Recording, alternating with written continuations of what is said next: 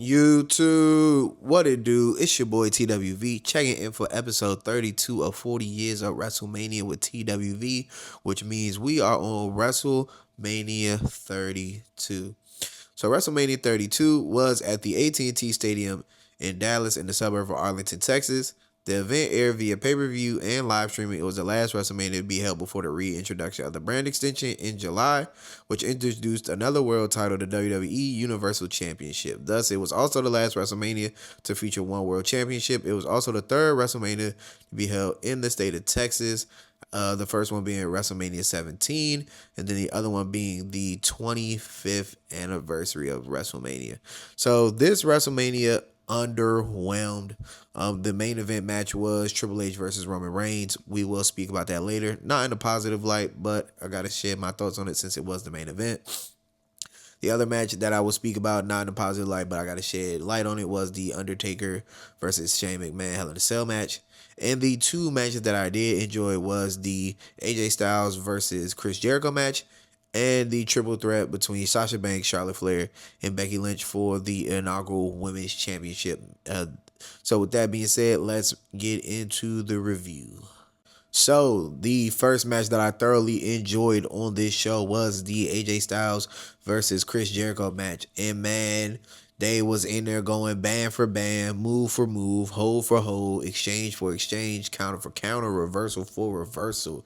This was an amazing match. It was like 16 minutes of the purest graps. Like I've said before in videos, AJ Styles is one of the best professional wrestlers in the world. I said he's in my Raw recaps. I haven't said it on the WrestleMania scale. Yeah, I think this was his first WrestleMania match, if I'm not mistaken. And man, he went out there and put on a banger. I've seen on Twitter that AJ Styles has a little up and down WrestleMania career. Now that I'm watching these back, I can really see what they're talking about because he came out the gate swinging. I know he has a stinker with Nakamura from what I've seen on Twitter. I have to watch that and get my opinion. But hey man, this match was beautiful. Chris Jericho was in there. He still had it at this point in time. He didn't have it like he had in the 2000s, but he was still able to recapture that magic. And with a dancing partner like AJ Styles, they went in there and they made magic. It's not a 5-star, of course, because it checked off boxes, but it wasn't like, it didn't make me jump out of my seat or like start punching the air. You know what I'm saying? Those type of matches get that 5-star where I'm like, you know what I'm saying? You feel the feelings. But it was a great match overall. I thoroughly enjoyed it. It does get a 4-star in my book because it was great wrestling. It told a story within the ring. What they were trying to get to their finishers basically, and they were counting each other until finally somebody hit their finishers and got the pinfall. So simple math, simple wrestling logic. So I got down with it. So with that being said, let's get to the next one. The next match that I thoroughly enjoyed was the triple threat match to crown the inaugural WWE Women's Champion, and that would be Charlotte Flair versus Becky Lynch versus Sasha Banks.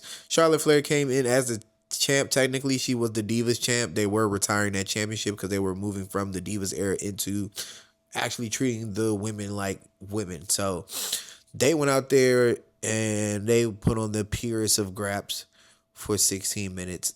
This easily is a TWV 5-star. Sasha Banks went out there and put on a masterclass. Charlotte Flair went out there and put on a masterclass. Becky Lynch put on a masterclass as well.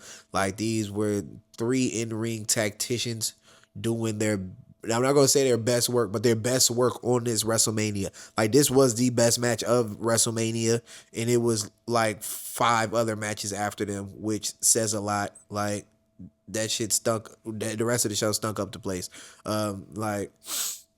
It was kind of terrible. Like, The Rock was in a match for 6 seconds. Like, why did we even do that? The Undertaker was in a 30-minute Hell in a Cell match with Shane McMahon, and both of y'all are past y'all prime. We're going to speak on that one next. But with that being said, that match was amazing. If you have 16, 17 minutes of your day, go lock in. Sasha Banks is still the best in the world, women's wise, right now, comparable to Io Sky, in my opinion. She's over in AEW, killing it. Charlotte Flair right now is killing it in the opposite direction, personally. And Becky Lynch is at home being a mom. So we shall see if she does return back to wrestling or if not. But with that being said, let's get to the next one. So the first underwhelming performance of the night was the Hell in a Cell match with Shane McMahon versus The Undertaker. My goodness, this match should not have been 30 minutes. If they would have cut this match in half, I would have enjoyed it thoroughly. Like, the spots that they got to were great, but they took so long to get there. Like, my goodness, bro. Like, Shane McMahon cutting the cage so Undertaker can, like, truck him through the cage, and Shane McMahon having to crawl up to the top of the cell and then dive off, and the Undertaker rolls out the way. Undertaker back body dropping him through the other announce table right before this. Like, it took so long to get to some of these cool spots. Like, it really ruined the match for me, because it's like, it was times where I literally tuned out for a minute or two just on my phone, and they're still laying on the ground. Like, but I get that they were past their prime, but why put these past their prime elements in a match that needs like a more of a faster pace? Like, this drug on forever. So this is getting a one, maybe a 2 if I'm being generous. Like, I didn't like this match at all. Like, I know I don't want to disrespect them and give them a 0 because Big Take is a legend, so I can't piss on Taker like that. But this could easily be his worst WrestleMania match, man. And the Bray Wyatt match the year before I didn't like, but at least it was a little bit more go in that match. Even the Brock match, he was concussed and put more go into this. This one, it just took so damn long. So I will not recommend you watch this. Like, please stay away from this match. But with that being said, let's get to the next one. So the second match that underdelivered, which was the main event, was Roman Reigns versus Triple H for the WWE World Heavyweight Championship. And boy, did that stink so bad. Same thing with the Undertaker match is the same thing that happened with this match. It took so long. Why did both of these matches basically go 30 minutes? Like, this one clocked in at like 27, but it felt like an eternity. Like, Triple H was past his prime.